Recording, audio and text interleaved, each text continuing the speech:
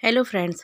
आज की kitchen tips and tricks कुछ खास होने वाली है। वीडियो को एंड तक देखिएगा और अगर वीडियो अच्छी लगे तो प्लीज़ इसको ज़्यादा से ज़्यादा शेयर कीजिएगा।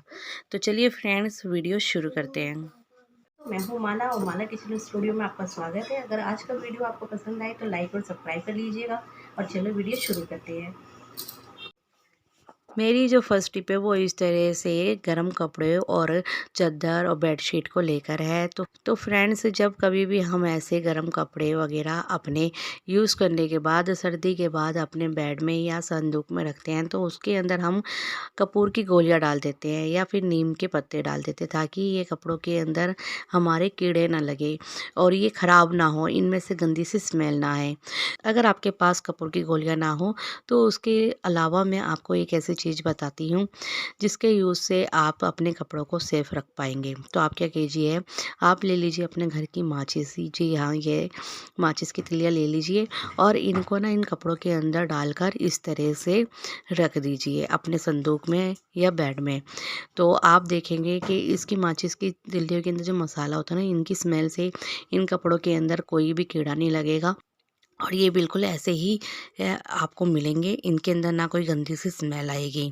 तो अगर ये टिप आपको अच्छी लगी है तो प्लीज़ इसको लाइक कीजिएगा। तो चलते हैं अपने नेक्स्ट टिप जो है मेरी इस तरह से माचिस को लेकर है। तो फ्रेंड्स, जब कभी भी हम किचन में माचिस वगैरह यूज़ करते हैं तो हमारे कभी कभार गीले हाथ होते हैं और हमें माचिस की तिल्लियाँ ऐसे ही निकाल लेते हैं और ये माचिस की तिल्लियाँ जो होती है वो गीली हो जाती है और ख़राब भी हो जाती है और जो इनके ऊपर से मसाला लगा हुआ था ना, वो भी ख़राब हो जाता है और ये पूरी की पूरी डिब्बी ख़राब हो जाती है। तो आज मैं आपको एक ऐसी टिप बताती हूँ कि जिससे कि आपकी इस प्रॉब्लम का सोल्यूशन हो जाएगा और आपकी ये माचिस की डिब्बी ख़राब नहीं होगी और ना ही तिल्लियाँ इसकी कभी गीली होंगी। तो आप क्या कीजिए, आप लीजिए पेन और जहाँ से ये माचिस की तिल्लियों का निशान लगा हुआ है ना, उसके उस साइड के नीचे इस साइड आप लगा दीजिए क्रॉस, क्योंकि आपको यहाँ से नहीं खोलना है और जहाँ से खोलना है ना आपको, वहाँ लगा दीजिए आप राइट का निशान। तो आप इधर इस जगह आप राइट का निशान लगा दीजिए। तो इससे क्या फ़ायदा होगा, करोगे तो आपको पता चलेगा कि यहाँ इस साइड मसाला लगा हुआ है। तो आप ऐसे माचिस की तिल्ली निकाल लेंगे आसानी से और आपकी माचिस की तिल्ली गीली भी नहीं होगी और आपकी ये माचिस की डिब्बी पूरी सेफ रहेगी। तो है ना बढ़िया टिप, एक बार इसको भी यूज़ करके देखिएगा। तो चलते अपने नेक्स्ट टिप की ओर। मेरी जो नेक्स्ट टिप है वो इस तरह से परफ्यूम ड्यू को लेकर है। तो फ्रेंड्स, जब कभी भी हम ऐसे परफ्यूम या ड्यू वगैरह यूज़ करते हैं तो कुछ समय के बाद ना उनकी जो स्मेल है वो धीरे धीरे ख़त्म होती जाती है और वो ज़्यादा समय तक चल नहीं पाता। तो इसके लिए मैं आपको एक बढ़िया टिप बताती हूँ जिससे कि आपका जो परफ्यूम या ड्यू है वो लॉन्ग टाइम तक चलेगा और उसकी स्मेल लॉन्ग टाइम तक बनी रहेगी। तो आपको क्या करना है, जब कभी भी आप अपने ये परफ्यूम वगैरह जिस पार्ट पे भी लगाना चाहे, जैसे कि कान के नीचे, गर्दन पर या फिर अपनी आर्म्स वगैरह पर, तो उसको लगाने से पहले ना आप क्या कीजिए, आप ले लीजिए बोरोलिन और इस बोरोलिन को ना अपने उस पार्ट पर लगा लीजिए। जैसे यहाँ पर मैंने आपको लगा के दिखा रही हूँ। तो ऐसे अच्छे से फैला लीजिए सारी जगह, जैसे कान के नीचे, गर्दन पर या आर्म्स वगैरह पर। और फिर उसके बाद आप परफ्यूम या जो ड्यूल वगैरह लगाना चाहते हैं उसको लगा लीजिए। तो एक बार इस टिप को आप फॉलो करके देखिएगा, आपका जो परफ्यूम या ड्यू है ना वो काफ़ी समय तक लगा रहेगा। उसकी स्मेल बहुत उसकी स्मेल काफ़ी समय तक आती रहेगी, जल्दी से ख़त्म नहीं होगी। तो एक बार इस टिप को भी फॉलो करके देखिएगा। तो चलते हैं अपने नेक्स्ट टिप की ओर। मेरी जो नेक्स्ट टिप है वो इस तरह से सूखे सिंदूर को लेकर है। तो फ्रेंड्स, जब कभी भी हम ऐसा सूखा सिंदूर लगाते हैं अपने, तो क्या होता है कि वो इधर उधर बिखर जाता है। जैसे ये लगा के मैं दिखा रही हूँ, ये देखिए साइड से ये गिर गया है और ये उंगली के ऊपर भी लगा के दिखाती हूँ मैं आपको। ये देखिए, ये सारा का सारा हाथ पे लग जाएगा और ख़राब भी हो जाता है, हमारे कपड़े वपड़े भी ख़राब हो जाते हैं। तो मैं आपको एक बढ़िया सी टिप बताती हूँ जिससे कि आपका ये सूखा सिंदूर कभी गिरेगा नहीं और लगा रहेगा काफ़ी देर तक। तो आप क्या कीजिए, जब कभी भी आप ऐसे सूखा सिंदूर लगाए, उससे लगाने से पहले आप ले लीजिए एक लिपस्टिक और उस लिपस्टिक को आप अपने जहाँ भी लगाना चाहे उस जगह पर आप पहले एक लिपस्टिक लगा लीजिए और उसके बाद ही ये लीजिए सिंदूर और इसको लगा लीजिए। अब ये देखिए फ्रेंड्स, मैं आपको लगा हटा के दिखाती हूँ और ये देखिए, ये ना तो सिंदूर झड़ रहा है और ना ही ये मेरे हाथ पर लगा है। तो है ना ये बढ़िया टिप, एक बार इस टिप को भी फॉलो करके देखिएगा। तो चलते हैं अपने नेक्स्ट टिप की ओर। तो फ्रेंड्स जैसे ही सर्दी आती है ना, तो सबसे बड़ी जो प्रॉब्लम हमें देखने को मिलती है वो है ये स्वेटर की बाजू या कुर्ते की बाजू। तो वो कभी कभार इतनी लंबी होती है ना कि हमारे हाथों के आगे तक आती है, और हम क्या करते हैं उसको बार बार ऊपर मोड़ के रखते हैं और वो बार बार खुल जाती हैं। तो इस प्रॉब्लम का सॉल्यूशन मैं आपको बताती हूँ। आपको क्या करना है, आपको लेना है ये रबड़ बैंड। और ये रबड़ बैंड ना ज़्यादा टाइट नहीं होना चाहिए, थोड़ा सा लूज वाला लेना है। तो आपको ये रबड़ बैंड है ना इस तरह से अपने हाथ में पहन लेना है, जैसे मैंने यहाँ पे डाल लिया है। और इस तरह से ना आगे की साइड से इसको ऊपर की ओर खींचनी है अपनी बाजू को। जैसे मैं खींच के दिखा रही हूँ फ्रेंड्स, ये देखिए इस तरह से ना आप इसको ऊपर कर लीजिए।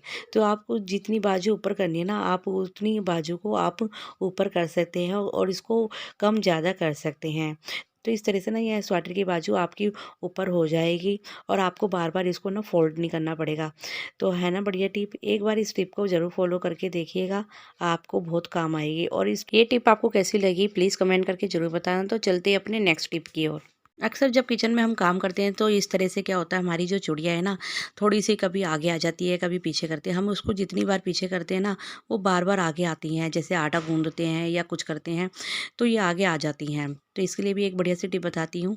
तो आपको लेनी है एक ऐसी सेफ्टी पिन, और इस सेफ्टी पिन को ना इन चूड़ियों के अंदर इस तरह से लगा देना है, जैसे मैं लगा रही हूँ।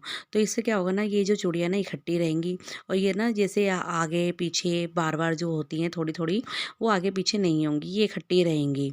तो इस टिप को भी आप एक बार फॉलो करके देखिएगा, ये भी यूज़फुल टिप है। तो चलते हैं अपने नेक्स्ट टिप की ओर। मेरी जो नेक्स्ट टिप है वो इस तरह से फाउंडेशन को लेकर है। तो फ्रेंड्स जब कभी भी हम मेकअप वगैरह लगाते हैं तो ऐसे फाउंडेशन का यूज़ करते हैं, और इसको सेट करने के लिए हम ब्लेंडर का यूज़ करते हैं, क्योंकि ब्लेंडर से ये अच्छे से फेस पर सेट हो जाता है। लेकिन जब कभी ब्लेंडर हमें टाइम पर नहीं मिलता है तो हम अपने हाथ या फिंगर्स का यूज़ करते हैं इसको सेट करने के लिए। लेकिन फिर भी हमारा ये फाउंडेशन है ना वो अच्छे से सेट नहीं हो पाता है।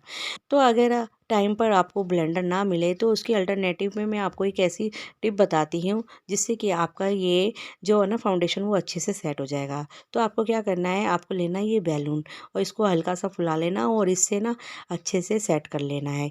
ये देखिए मैं आपको अपना ये जो फाउंडेशन है ना वो सेट करके दिखाती हूँ। तो जैसे ब्लेंडर से सेट होता है ना, उससे भी अच्छी तरह से ये है ना बैलून से सेट हो जाएगा। तो आपको भी ना हल्के हल्के हाथों से इसको सेट कर लेना है। तो फ्रेंड्स ये देखिए, आपको मैं करके दिखाती हूँ तो कितना अच्छा इसका रिजल्ट नज़र आएगा आपको। तो ये देखिए फ्रेंड्स, कितनी अच्छी तरह से ये जो फाउंडेशन है ना वो सारा का सारा सेट हो गया है। तो एक बार ये टिप आप फॉलो करके देखिएगा। तो ये टिप अगर आपको अच्छी लगी तो प्लीज़ इसको लाइक कीजिएगा। तो चलते हैं अपने नेक्स्ट टिप की ओर। मेरी जो नेक्स्ट टिप है वो इस तरह से पर्स को लेकर है। तो फ्रेंड्स अक्सर क्या होता है, हमारे घर में छोटे बच्चे होते हैं और वो हमारे ना इतने महंगे महंगे पर्स के ऊपर कभी कभार पेन वगैरह चला देते हैं, और वो पेन के निशान हटते भी नहीं है। तो आज मैं इसका एक सॉल्यूशन बताती हूँ। तो आप क्या कीजिए, आप लीजिए ऐसे परफ्यूम, या फिर आप नेल पेंट रिमूवर थिनर भी ले सकते हैं, और इसको थोड़ा सा ना इसके ऊपर छिड़क दीजिए। और इसके बाद ना कॉटन या किसी कपड़े से ना इसको साफ़ कर लीजिए। जो पेन का निशान है ना वो देखना अब बिल्कुल भी नज़र नहीं आएगा, और सारा का सारा वो साफ़ हो जाएगा। तो फ्रेंड्स अगर ये टिप भी आपको अच्छी लगी है तो प्लीज़ इसको भी लाइक कीजिएगा। तो चलते हैं अपने नेक्स्ट टिप की ओर। मेरी जो नेक्स्ट टिप है वो इस तरह से ये चीनी के करवे को लेकर है, और जो चीनी के खिलौने होते हैं ना जो दिवाली पे हम पूजते हैं उनको भी लेकर है। तो अगर आपके पास भी ऐसे ये चीनी के करवे रखे हैं या फिर खिलौने वगैरह रखे हुए हैं चीनी के, तो उसका कैसे यूज़ करना है मैं आज आपको एक तरीका बताती हूँ। तो पहले क्या करूँगी, मैं इसका जो ये कलावा है ना इसको मैं निकाल लूँगी। तो ये देखिए मैंने यहाँ पे इसका ये कलावा निकाल लिया है। अब मैं लूँगी एक पॉलीथीन, और इसको ना इसके अंदर रख के अच्छे से किसी बेलन या भारी चीज़ से इसको मैं तोड़ लूँगी, थोड़ा थोड़ा छोटे छोटे इसके पार्ट कर लूँगी। तो अब क्या करना फ्रेंड्स, अब इसका ना मैं यूज़ करने का आपको बताती हूँ, आपको कैसे इसको यूज़ करना है। आप क्या कीजिए, अब इसको लीजिए और अपनी जो चीनी का डब्बा है ना आपका, उसमें इसको डाल दीजिए। जी हाँ फ्रेंड्स, तो आप क्या कीजिए कि आपको है ना इसको चीनी की तरह यूज़ कीजिए।